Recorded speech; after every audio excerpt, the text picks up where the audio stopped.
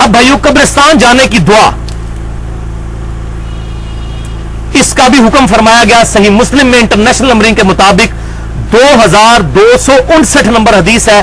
آپ صلی اللہ علیہ وسلم اپنی والدہ کی وفات کے 50 سال کے بعد ان کی قبر پر گئے اور اتنا روئے کہ تمام صحابہ بھی وہاں پر روئے 50 سال کے بعد.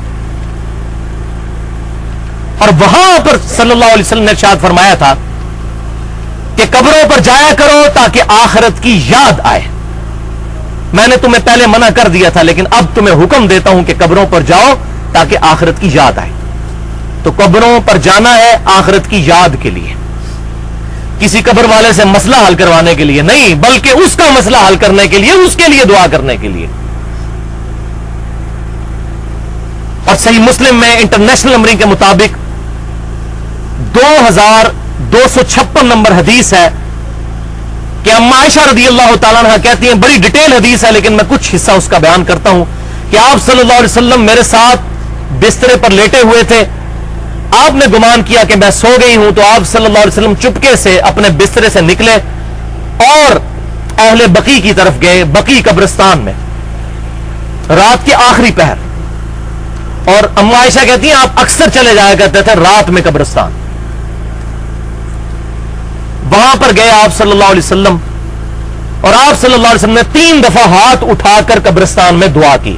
یہ مردہ دفناتے وقت نہیں، یہ اکثر لوگوں کے پیٹ میں درد ہوتی ہے کہ قبر پہ جا کے ہاتھ نہیں اٹھا سکتے، قبر پہ جا کے قبلہ رخ ہو کر ہاتھ اٹھا کے دعا کرنی چاہیے.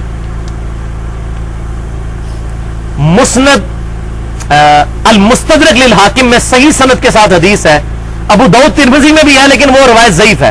صحیح سند ہے المستدرک للحاکم میں کہ آپ صلی اللہ علیہ وسلم نے فرمایا تمہارا رب حیا فرماتا ہے اس شخص سے جو ہاتھ اٹھا کر اللہ کے حضور دعا کرتا ہے کہ اس کو واپس محروم لوٹائے. جیسے فقیر ہاتھ اٹھاتا ہے، آپ صلی اللہ علیہ وسلم فرمایا اللہ تعالیٰ حیا کرتا ہے کہ اس کے ہاتھوں کو واپس، لہذا ہاتھ اٹھا کے دعا کرنا ہی زیادہ افضل ہے. اور الادب المفرد میں امام بخاری رحمۃ اللہ علیہ صحیح سند کے ساتھ لے کر آئے ہیں کہ عبداللہ ابن زبیر اور عبداللہ بن عمر رضی اللہ تعالی عنہما جب دعا مانگا کرتے تھے تو اپنے دونوں ہاتھ چہرے پر بھی پھیرا کرتے تھے. یہ امام بخاری لے کر آئے الادب المفرد میں، پوری کتاب لکھی ہے انہوں نے آداب پر. لہذا یہ جو علماء عرب کہتے ہیں کہ یہ چہرے پر ہاتھ پھیرنا بدعت ہے، تو یہ بات کرنا بدعت ہے کہ چہرے پر ہاتھ پھیرنا بدعت ہے. چہرے پہ ہاتھ پھیرنا سنت ہے دعا کے بعد، اور امت کا اجماع ہے. یہ چند آٹے میں نمک لوگ، ان لوگوں نے امت کے اندر غلط چیزیں پروپیگیٹ کی. الحمدللہ پاکستان میں جو کتاب و سنت کے منہج کے لوگ ہیں ان کی اکثریت خصوصاً اہل حدیث مکتبہ فکر کے، وہ اسی کے قائل ہیں کہ چہرے پہ ہاتھ پھیرنا چاہیے، ان کی کتابیں بھی اسی کی قائل ہیں. تو یہ چند علماء عرب نے یہ اگر فتویٰ دیا تو ان کا ذاتی عمل ہے. تو الادب المفرد میں صحیح سند کے ساتھ یہ روایت موجود ہے. تو آپ صلی اللہ علیہ وسلم کے صحیح مسلم میں الفاظ ہیں انٹرنیشنل نمبرنگ کے مطابق 2256، وہی حدیث اما عائشہ کہتی ہیں 3 دفعہ ہاتھ اٹھا کر دعا کی آپ صلی اللہ علیہ وسلم نے.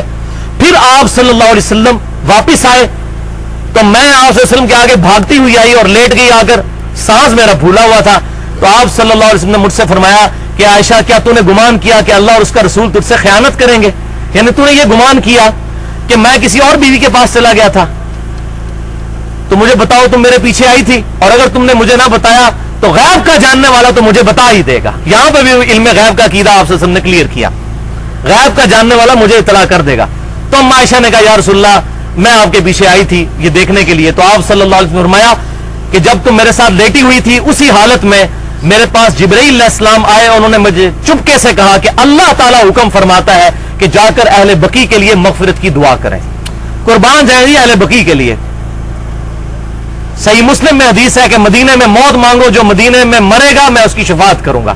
اور صحیح بخاری میں ہے کہ سیدنا عمر یہ دعا کیا کرتے تھے اے اللہ مجھے شہادت کی موت مدینہ شریف میں دینا، کیونکہ اہل مدینہ کی سب سے پہلے شفاعت ہونی ہے قیامت والے دن جو بقی میں دفن ہے.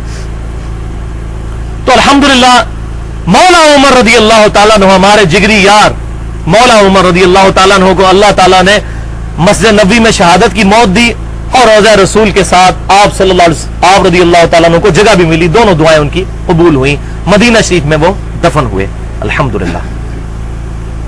تو آپ صلی اللہ علیہ وسلم سے یہ دعا ثابت. پھر آپ صلی اللہ علیہ وسلم سے اما عائشہ نے پوچھا یا رسول اللہ آپ نے تو جا کے دعا کی، میں قبرستان جاؤں تو کیا دعا کروں؟ تو پھر آپ نے دعا تعلیم فرمائی. جو آپ کے پیپر پر ریفرنس نمبر 8 ہے، صحیح مسلم کتاب الجنائز حدیث نمبر 2257، یہ 4-5 حدیثیں کٹھی ہیں. یہ دعا آپ صلی اللہ علیہ وسلم نے تعلیم فرمائی کہ مردوں کے لیے جا کر قبرستان میں یہ دعا کرنی ہے. بس یہ دعا کرنا جو ہے وہ ثابت ہے. اور ظاہر ہے ذکر اور درود ساتھ پڑھنا وہ تو ہے ہی ہے دعا کی قبولیت کے لیے. جو جامعہ ترمذی میں حدیث ہے، جو ذکر اور درود پڑھ کر دعا کرتا ہے اللہ تعالیٰ اس کی دعا کو قبول کرتا ہے. 593 نمبر حدیث ہے انٹرنیشنل نمبرنگ کے مطابق. تو یہ دعا آپ صلی اللہ علیہ وسلم نے تعلیم فرمائی. اس سے یہ بات پتہ چلی کہ عورتیں بھی شرعی پردے کا خیال رکھتے ہوئے قبرستان جا سکتی ہیں، بلکہ ان کو جانا چاہیے، مزاروں پر نہیں، قبرستان. کیونکہ اما عائشہ کو یہ تعلیم فرمائی. وہ جو حدیث ہے وہ زوار القبور کے لیے ہے جامعہ ترمذی میں، کہ آپ صلی اللہ علیہ وسلم نے لعنت فرمائی ہے ان عورتوں پر جو کثرت کے ساتھ قبروں پر جاتی ہیں. زوار القبور، جو کبھی کبھار جاتی ہیں ان کے لیے نہیں ہے. اور وہاں پر امام ترمذی نے پھر لکھا ہے کہ یہ حدیث محدثین کے نزدیک منسوخ ہے، یا اس کا مطلب یہ ہے کیونکہ اما عائشہ قبرستان جایا کرتی تھی. جامعہ ترمذی میں ہے کہ اما عائشہ کے جب بھائی فوت ہوئے عبد الرحمن بن ابی بکر رضی اللہ تعالیٰ عنہ، تو وہ ان کی قبر پر گئیں اور جا کے ان کے لیے دعا بھی کی. صحیح سند کے ساتھ ہے. تو یہ دعا یاد کر لیں صحیح مسلم کی. اس پہ میں نے پورا لیکچر دیا ہے ربیع الاول پر، مسئلہ نمبر 63 کے نام سے، 2.25 گھنٹے کا، ولادت مصطفیٰ صلی اللہ علیہ وسلم اور رسول اللہ کی آخری وصیتیں. اس میں قبروں سے ریلیٹڈ سارے احکامات اور قبروں پر یہ جو غیر اسلامی نظریات چل رہے ہیں ان کو میں نے ایڈریس کیا ہے. یہاں آج محل نہیں. السلام علیکم اہل الدیار من المؤمنین والمسلمین وَإِنَّا إِن شَاءَ اللَّهُ بِكُمْ لَلَاحِقُونَ نَسْأَلُ اللَّهَ لَنَا وَلَكُمُ الْعَافِيَةَ.